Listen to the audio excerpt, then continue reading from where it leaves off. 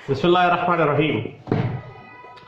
दोस्तों, हम बात कर रहे हैं कैंसिलेशन ऑफ बेल की। कैंसिलेशन ऑफ बेल उस वक्त एक अहम रेमेडी है इस्तगासा के पास जब मुल्ज़िम जमानत की रायत को नाजायज इस्तेमाल करता है। और section 497 sub section 5 cancellation of bell को वाज़ेह कर रहा है। और एक अदालत को कैंसिलेशन ऑफ बेल के लिए जिन चीजों को मद्देनजर रखना चाहिए वो ये है कि क्या जमानत की जो कंसेशन है वो कोई इलीगल पॉइंट के ऊपर तो नहीं दी गई, कोई चीज कोई फैक्ट ऐसा छुपाते हुए मुल्ज़िम ने अदालत को मिसलीड तो नहीं किया और उस कंफ्यूजन की वजह से गैर कानूनी बुनियादों पर जमानत मंजूर हो गई है तो कैंसिलेशन ऑफ बेल हो सकती है। उसके बाद जमानत की राय मुल्ज़िम को मिल गई हो, लेकिन एक ऐसा इंक्रिमिनेटिंग एविडेंस सफाई मिसल पे आ जाए जो ये साबित कर रहा हो कि मुल्ज़िम हुआ जमानत की राय तो ले चुका है लेकिन इर्तकाब जुर्म के साथ 110% ये बंदा अटैच है। ऐसा मटेरियल कैंसिलेशन ऑफ बेल के लिए एक फिट ग्राउंड है। उसके बाद अगर मुल्ज़िम ने जमानत की रायत लेने के बाद उस रायत का गलत इस्तेमाल किया, उस मुल्ज़िम की किसी मुजरमाना एक्टिविटी की वजह से उस दौरानिये में इस्तगासा डर जाता है, उसको लाइफ को थ्रेट आती है, उसकी आनूर को थ्रेट आती है, उसको धमकी मिलती है, उसके किसी मफाद को नुकसान पहुंचता है, तो उस ग्राउंड के ऊपर वो कैंसिलेशन ऑफ बेल मूव कर सकता है। उसके बाद मुल्ज़िम ने अगर किसी भी तरीके से किसी भी असर व रसूख की वजह से तफ्तीश में मदाखलत की हो जमानत के बाद या इस्तगासा के गवाहान पर असरअंदाज होने की कोशिश की हो तो कैंसिलेशन ऑफ बेल के लिए एक फिट केस बनता है। और अगर मुल्ज़िम ने इस्तगासा के गवाहान को डराया धमकाया, एविडेंस खत्म करने की कोशिश की, या मुल्ज़िम ने किसी तफ्तीश में जो अभी अंडर प्रोसेस है या किसी जगह पे उसकी जरूरत पड़ गई है तो शरीक होने से ग्रेज कर रहा है, ख्वा मुल्ज़िम अदम रिकॉर्ड याफ्ता है, उसका कोई साबका रिकॉर्ड नहीं है, लेकिन पहला जुर्म था, जमानत करवा ली, उसके बाद ये सारे मामलात कर रहा है, तो उसकी जमानत cancel under section 497 sub section 5 CRPC fit ground बनती है। ये तमाम ग्राउंड्स क्रिमिनल लॉ में एक सेटल्ड प्रिंसिपल का दर्जा इख्तियार कर गई जब एक केस लॉ रिपोर्ट किया गया 2013 MLD पेज 1493B में।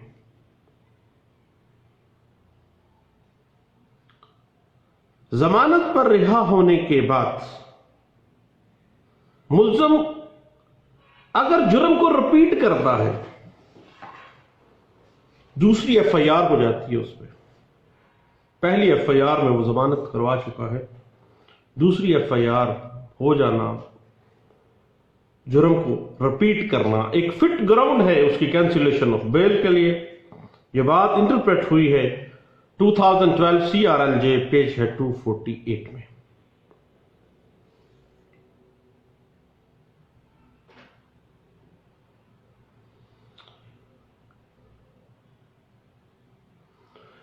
अगर ट्रायल शुरू हो जाए और अदालत में पेश होने से मुल्ज़म एहतराज कर रहा हो, हत्ता कि वो रूपोश हो जाए या रहाइश तब्दील कर ले, तो ये ग्राउंड भी एक फिट केस है। उसकी कैंसिलेशन ऑफ बेल तो मूव करे कि उसने अपनी रहाइश तब्दील कर ली है और वो कानून की गिरफ्त से बचना चाह रहा है। ये बात इंटरप्रेट हुई है 2011 SCMR पेज है 1352 में।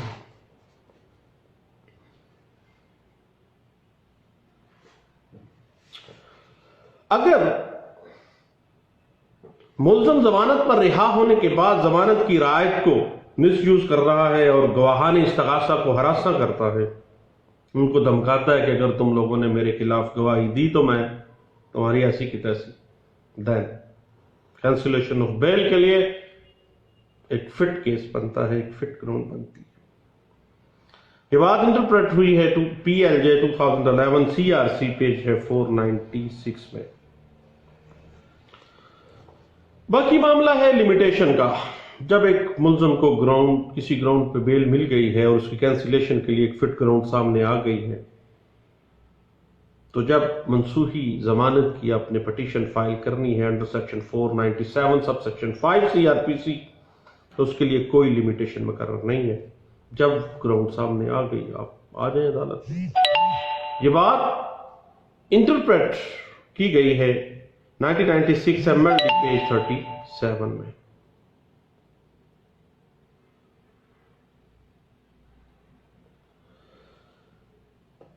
जमानत मंजूर करने वाली जमानत जो अदालत है जिसने जमानत मंजूर की है, अगर कोई फिट ग्राउंड सामने आ रही है तो under section 497 sub section 5 CRPC वो जमानत को मनसूख कर सकती है और उसके पास इख्तियार है।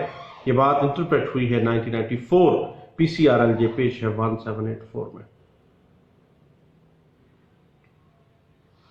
मुल्ज़म ने अगर कोई चालाकी की हो और वो चालाकी जमानत होने के बाद वाज़ेह हो जाती है, सामने आ जाती है अदालत के पास, इस्तगासा को पता चल जाता है कि अदालत से कंसीलमेंट करते हुए नाजायज तौर पर जमानत एक मुल्ज़म करवा के चला गया है, तो कंसीलमेंट करने की बिना पर करवाई हुई जो जमानत है वो under section 497 sub section 5 petition file करके जमानत मंसूख करवाई जा सकती है। ये बात इंटरप्रेट हुई है 1993 CRLJ पेज है 610 में।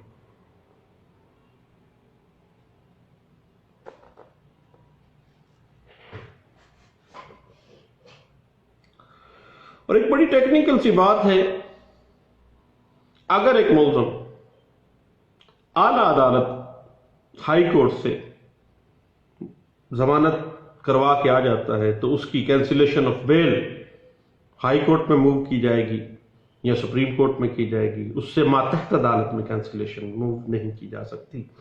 यह बात इंटरप्रेट हुई है PLD 2003 कराची हाई कोर्ट का फैसला है पेज है 247 में, और 2015 CRLJ पेज है 145 में। अब बात यह है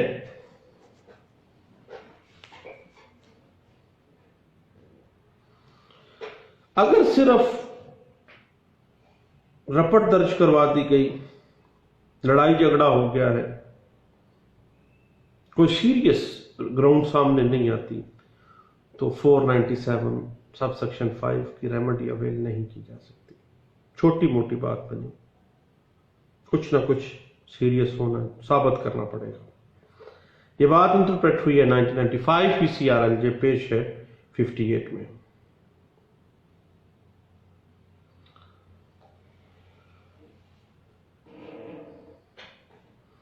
जब मुल्ज़म जमानत पर रिहा हो गया है और ट्रायल शुरू हो गया, ट्रायल के आगाज में ही वो गैर हाज़िर हो गया है, तो देन अदालत उसके काबिल जमानत या नाकाबिल जमानत वारंट गिरफ्तारी तो जारी कर सकती है उसकी। इस ग्राउंड के ऊपर बेल कैंसिल नहीं कर सकती और ना ही कैंसिलेशन ऑफ बेल इस बुनियाद पर मूव की जा सकती है। यह बात इंटरप्रेट हुई है 2007 PCRLJ पेज है 592 502 में।